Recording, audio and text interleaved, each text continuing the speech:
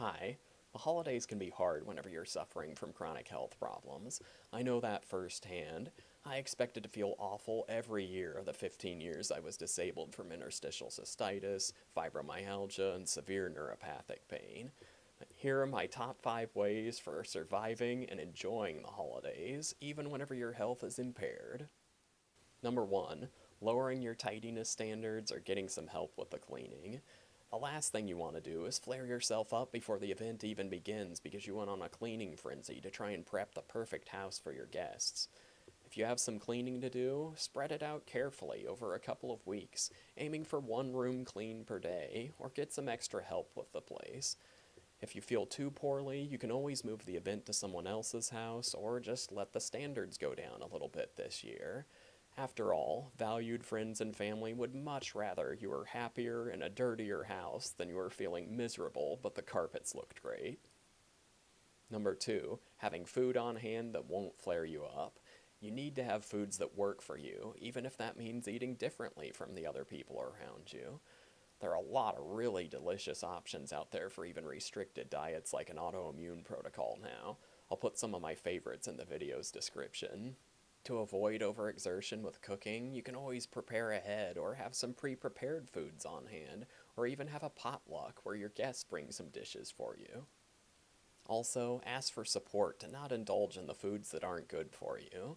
But if you do decide to try something that's iffy, don't make it into a season of indulgences where you have a lot of symptoms and months of harm to undo. If you feel tempted, ask yourself, is this really worth it? Or how will I feel if I have this? But be smart. If you notice that your symptoms are up or know that a food's a no-go for you, think about the great time that you're having and you want to keep having. Having clear rules like this can keep you out of a lot of trouble whenever there's a lot of temptations around. Number 3, knowing your boundaries for activities. This can be the single most important thing for being able to manage the holidays successfully. If you have a good awareness of your body and knowledge of your symptom triggers, you can notice as the symptoms start to creep up and take actions to mitigate them. Have a plan for each symptom or trigger. If I noticed that I had a headache coming on, I would go sit in the corner and just take it easy for a bit because I could still stay in the room and participate, but I just needed a little bit of distance.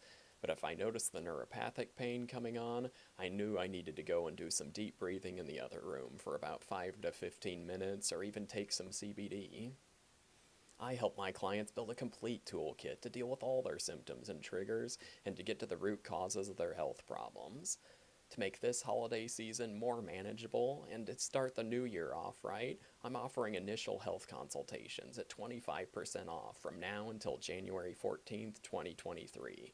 For more information, see recoverfromchronicillness.com. Number 4, managing your expectations.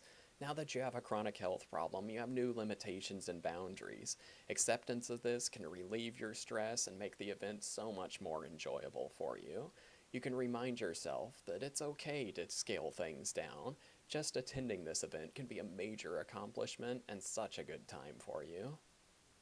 Don't be afraid to ask for help with some of the tasks you usually do, like passing out presents or setting the table.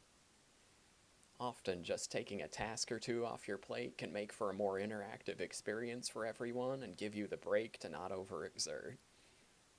Changing your expectations can be a difficult subject because so many of your beliefs and values can be involved. For more help with that, please see my video on mindset and acceptance at the beginning of a health recovery.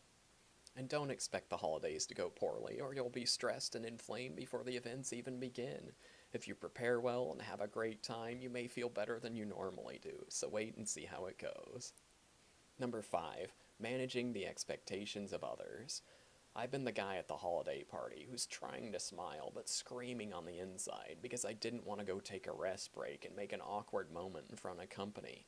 But the result was a very unenjoyable experience for me and a major flare-up afterward.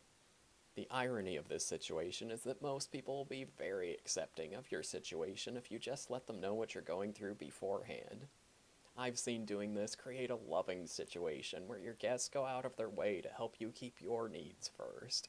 This is a situation where open and honest communication can completely shift the dynamics and the pressure of social expectations.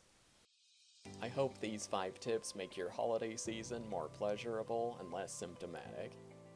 Remember that you're getting together for the value of sharing time with the people dear to you, and that if you plan and prepare well, you can still enjoy that time even if you're not feeling your best. If you found this video valuable, please like and subscribe to my channel.